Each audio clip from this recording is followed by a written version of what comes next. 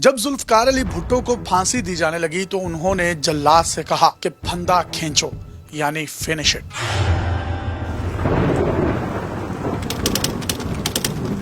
4 अप्रैल 1979 को जुल्फकार अली भुट्टो को रात 2 बजे रावलपिंडी की सेंट्रल जेल में फांसी पर लटका दिया गया। उनको रावलपिंडी जेल के जनाना हिस्से में एक 7 बाय 10 फुट की काल कोठरी में रखा गया था। भुट्टो को एक पलंग, गद्दा, छोटी सी मेज और एक किताब रखने के लिए शेल्फ दी गई थी। बगल में एक छोटी सी कोठरी थी जहां उनके लिए एक कैदी खाना बनाता था। हर 10 दिन बाद वो कैदी बदल दिया जाता ताकि उसे भुट्टो के साथ उनसियत ना हो।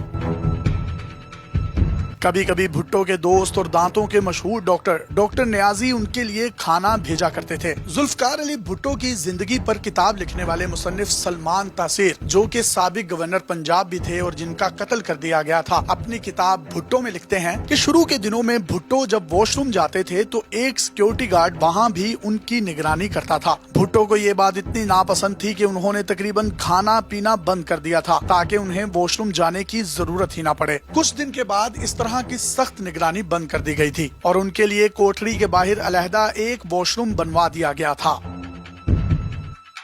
भुट्टो को जेल के अंदर पढ़ने की आजादी थी। आखिरी दिनों में वो चार्ल्स मिलर की खैबर, रिचर्ड निक्सन की स्वानहाय उमरी, जवाहरलाल नेहरू की डिस्कवरी ऑफ इंडिया और सदीक सालेह की विटनेस टू सरेंडर का मुतालिया कर रहे थे। पंजाब हुकूमत के जल्लाद तारा मसीह को भुट्टो को फांसी देने के लिए लाहौर से खसूसी तौर पर बुलाया गया था। जल्लाद तारा मसीह का ये काम जद्दी पुश्ती पेशा था। उनका खानदान महाराजा रंजीत सिंह के जमाने से फांसी देने का काम कर रहा था।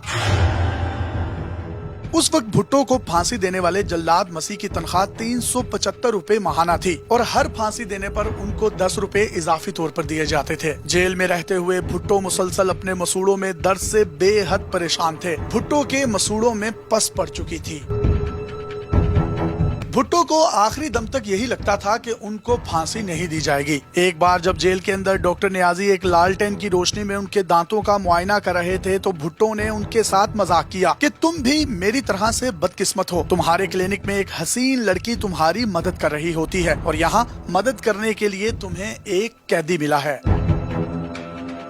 बेनजीर भुट्टो 2 अप्रैल 1979 की सुबह अपने बिस्तर में लेटी हुई थी। तभी अचानक उनकी वालदा नुसरत भुट्टो कमरे में चिल्लाती हुई दाखिल हुई और कहने लगी, पिंकी, घर के बाहर जो फौजी हैं वो कह रहे हैं हम दोनों को आज ही तुम्हारे वालिद से मुलाकात करने जाना पड़ेगा। इसका मतलब क्या है? बेनजीर अपनी किताब डॉटर ऑफ ईस्ट में लिखती हैं कि मुझे इसका मतलब पता था, मेरी वालदा को भी मालूम था, लेकिन हम दोनों इसको कबूल नहीं कर पा रहे थे। उसका एक ही मतलब था कि ज़ियाउल हक मेरे वालिद को कत्ल करने के लिए तैयार थे। नुसरत और बेनजीर भुट्टो को एक शेवलेट कार में रावलपिंडी जेल लाया गया। तलाशी के बाद दोनों माँ बेटियों को भुट्टो के साथ मिलवाया गया।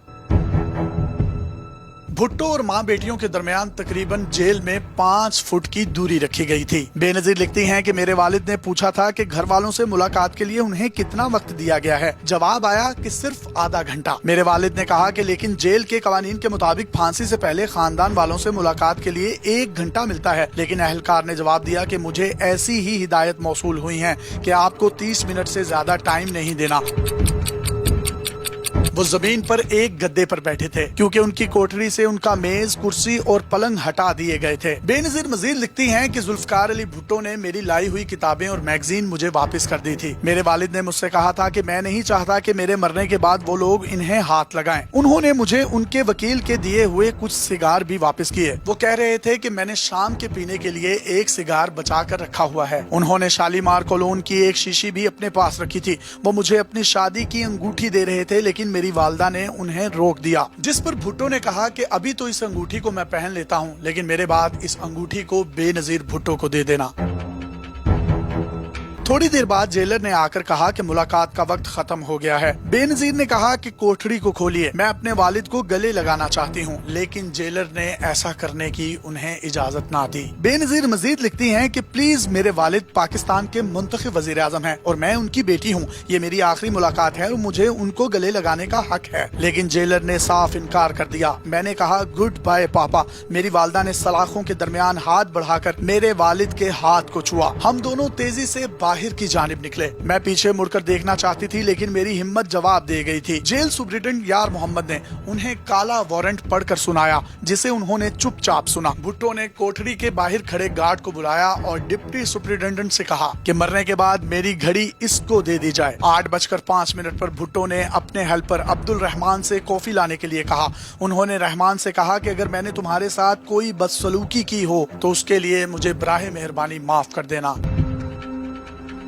सुप्रीम कोर्ट में उनकी रहम की अपील मुस्तरद किए जाने के बाद भुट्टो जिस रेजर से शेव किया करते थे उसको वापस ले लिया गया था, क्योंकि खदशा था कि भुट्टो इससे अपना गला या जिस्म के किसी भी हिस्से को नुकसान पहुंचाकर खुदकुशी न कर लें। सलमान तसीर लिखते हैं कि भुट्टो ने कहा, मुझे दाढ़ी बनाने की इजाजत दी जाए, मैं मौलवी की तरह इस दुनिया से नहीं जाना चाहता। 9:55 पर उन्होंने अपने दांतों में ब्रश किया, चेहरा धोया और बाल बनाए। इसके बाद वो सोने चले गए। रात 1:30 बजे उन्हें उठाया गया। वो हल्के बादामी रंग की शलवार कमीज पहने हुए थे। जेल एहलकारों ने कपड़े तब्दील करवाने पर जोर नहीं दिया। जब सिक्योरिटी एहलकारों ने उनके हाथ पीछे बांधने की कोशिश की तो भुट्टो ने फौरी तौर पर सख्त मुजाहमत और मुखालफत की। आखिरकार उन्होंने जबरदस्ती उनके हाथ रस्सी से बांध दिए। इसके बाद उन्हें एक स्ट्रेचर पर लटाकर तकरीबन 40 गज की दूरी पर ले जाया गया। सलमान तासीर मजीद लिखते हैं कि इसके बाद भुट्टो स्ट्रेचर से खुद उतर गए और फांसी के फंदे तक खुद चल कर आए। जल्लाद ने उनका चेहरा काले कपड़े से ढांप दिया। भुट्टो के पैर बांध दिए गए। जैसे ही 2:04 पर मजिस्ट्रेट बशीर अहमद खान ने इशारा किया, जल्लाद तारा मसीह ने लीवर खींचा। भुट्टो के आखिरी अल्फाज थे, फिनिश इट,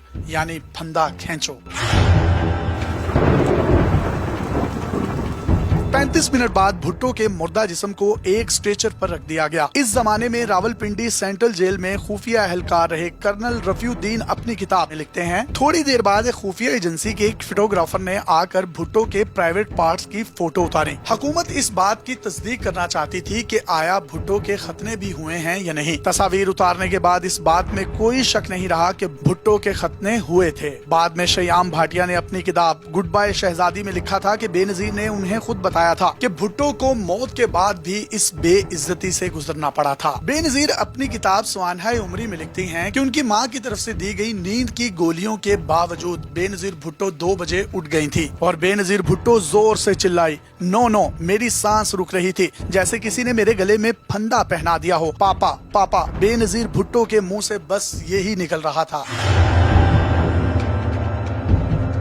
सख्त गर्मी के बावजूद बेनजीर भुट्टो का जिस्म कांप रहा था। चंद घंटों के बाद सेंट्रल जेल के असिस्टेंट जेलर इस घर में गए जहां नुसरत और बेनजीर भुट्टो को नजरबंद किया गया था। उसे मिलते ही बेनजीर के पहले अल्फाज थे, हम वजीर आजम के साथ चलने के लिए तैयार हैं। जेलर का जवाब था कि भुट्टो साहब को तदफीन के लिए ले जाया जा चुका है। बेनजीर लिखती हैं, मुझे लगा जैसे किसी ने मुझे घूंसा मारा हो। मैंने चिल्लाकर कहा, आप उन्हें इनके अहले खाना के बगैर तदफीन के लिए कैसे ले जा सकते हैं। इसके बाद जेलर ने भुट्टो की एक बेनजीर को सौंपी। बेनजीर लिखती हैं, उसने मुझे पापा की शलवार कमीज दी जो पापा ने मरने से पहले पहन रखी थी। इस शलवार कमीज से शालीमार कॉलोन की खूबसूरत खुशबू भी आ रही थी। फिर असिस्टेंट जेलर ने बेनजीर भुट्टो को एक टिफिन बॉक्स भी वापस किया जिसमें भुट्टो को पिछले 10 दिन से लगातार खाना पहुंचाया जा रहा था, लेकिन भुट्टो साहब वो खाना खाते नहीं थे। असिस्टेंट जेलर ने भुट्टो का बिस्तर और चाय का कप भी मुझे दिया। मैंने पूछा, उनकी अंगूठी कहाँ है? जेलर ने पूछा, उनके पास अंगूठी भी थी क्या? फिर उसने झूले में से अंगूठी तलाश करने का ड्रामा किया और फिर अंगूठी मुझे पकड़ा दी। वो जेलर बार बार कह रहा था कि उनकी आखिरत बहुत पुरसकून थी। मैंने सोचा,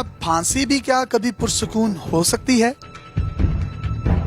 बेनजीर भुट्टो के खानदान के मुलाजिम बशीर की नजर जैसे ही भुट्टो की शलवार कमीज पर पड़ी, वो चिल्लाने लगा, या अल्लाह या अल्लाह, उन्होंने हमारे साहब को मार दिया। बहुत से लोगों के माइंड में अभी तक ये सवाल चलते हैं कि जुल्फकार अली भुट्टो को फांसी आखिरकार क्यों दी गई थी, उन पर मुकदमा था क्या? ये बात आज भी बहुत सारे लोगों के इल्म में दुरुस्त तौर पर नहीं है। हुआ कुछ यूँ था कि 11 नवंबर को रुकन कौमी असम्बली अहमद रजा कसूरी लाहौर में अपने अहले खाना के साथ गाड़ी में जा रहे थे कि अचानक गाड़ी पर फायरिंग हुई, जिससे उनके वालिद नवाब मोहम्मद अहमद खान जान बहक हो गए। अहमद रजा कसूरी की जानिब से मौक़िफ़ इख्तियार किया गया कि उनकी गाड़ी पर फायरिंग भुट्टो के कहने पर की गई है। भुट्टो ने एक बार कौमी असम्बली में मुझे धमकियां देते हुए कहा था कि अब खामोश हो जाओ, तुम्हें बहुत बर्दाश्त कर लिया, अब तुम्हें मजीद बर्दाश्त नहीं करेंगे। कसूरी ने FIR दर्ज करवाई। वो मार्शल्ला के नफाज तक चुप रहे, लेकिन मार्शल्ला लगते ही उन्होंने ये मामला दोबारा उठा दिया। बिलाखिर 24 अक्टूबर 1977 को लाहौर हाई कोर्ट में ये मामला जा पहुंचा, जहां मौलवी Mushtaq Hussain chief justice justice Lahore high court थे। 18 मार्च 1978 को लाहौर हाई कोर्ट ने जुल्फकार अली भुट्टो को इस मुकदमे में फांसी की सजा सुनाई, जिसके बाद भुट्टो के वकील ने सुप्रीम कोर्ट ऑफ पाकिस्तान में अपील दायर की। सुप्रीम कोर्ट के 7 जजेस थे, जिनमें से 4 ने इस फैसले को बरकरार रखा, जबकि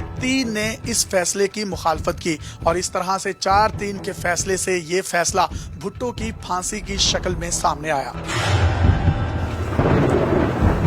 जुल्फकार अली भुट्टो कानून के मुताबिक उस वक्त के सदर ज़ियाउल हक से रहम की अपील कर सकते थे, लेकिन उन्होंने अपील दायर नहीं की और इनकार कर दिया, जिसके बाद 4 अप्रैल को भुट्टो को फांसी दे दी गई। अपने मेजबान यासिर शामी को पाकिस्तान के सबसे बड़े digital media network daily Pakistan से इजाजत दीजिए, फिर किसी अजीम लीडर की अजीम कहानी लेकर और उसकी मौत के पीछे छुपे हैरत अंगेज और माफूकुल फितरत हकाइक लेकर आपकी खिदमत में हाजिर होंगे। तब तक के लिए अल्लाह हाफिज।